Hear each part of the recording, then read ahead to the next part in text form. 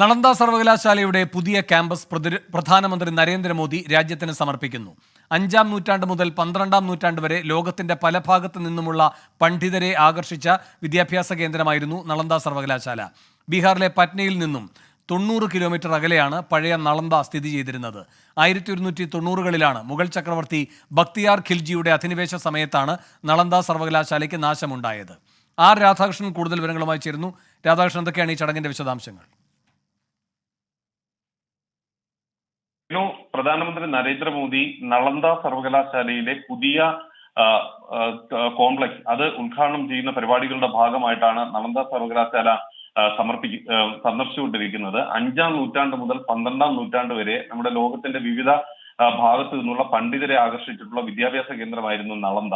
ഈ നളന്ദ സർവകലാശാലയുടെ പ്രാചീന പ്രൗഢി അതേ രീതിയിൽ എടുക്കുക എന്ന ലക്ഷ്യത്തിന്റെ ഭാഗമായിട്ടാണ് ഇപ്പോൾ ഇതുമായി ബന്ധപ്പെട്ടിട്ടുള്ള പരിപാടികൾ സംഘടിപ്പിച്ചിരിക്കുന്നത്. ബീഹാറിലെ പട്നയിൽ നിന്നും ഏതാണ്ട് 90 കിലോമീറ്റർ അകലെയാണ് പഴയ നളന്ദ സ്ഥിതി ചെയ്യുന്നത്. 1190കളിലാണ് മുഗൾ ചക്രവർത്തിയായിട്ടുള്ള ബക്തിയാർ ഖിൽജിയുടെ അധിനിവേശ സമയത്ത് ഈ നളന്ദ സർവകലാശാല പിന്നീട് കാലഹരണപ്പെടുന്ന ഒരു സാഹചര്യം ഉണ്ടായത്. ഈ നശിപ്പിക്കപ്പെട്ട പൗരാണിക നളന്ദ സർവകലാശാലയുടെ അവശിഷ്ടങ്ങളാണ് നരേന്ദ്രമോദി സന്ദർശിക്കുക. ഇതിന്റെ ഭാഗമായിട്ടുള്ള പുതിയ ക്യാമ്പസ് അദ്ദേഹം ഉദ്ഘാടനം ചെയ്യും. ഏറെ പ്രധാനപ്പെട്ട ഒരു കാര്യം, 17 രാജ്യങ്ങളിൽ നിന്നുള്ള ദൗത്യ മേധാവികൾ ഈ പരിപാടികളുടെ ഭാഗമായിട്ട് സംബന്ധിക്കുന്നുണ്ട് എന്നുള്ളതാണ്.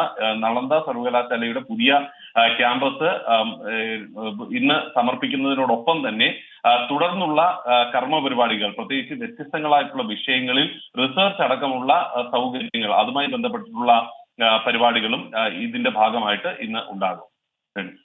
ശരി, ആർ രാധാകൃഷ്ണനാണ് ഡൽഹിയിൽ നിന്ന് വിവരങ്ങൾ നൽകിയത്. നളന്ദ സർവകലാശാലയുടെ പുതിയ കോംപ്ലക്സിന്റെ ഉദ്ഘാടനം നിർവഹിക്കാൻ എത്തിയിരിക്കുകയാണ് പ്രധാനമന്ത്രി നരേന്ദ്രമോദി.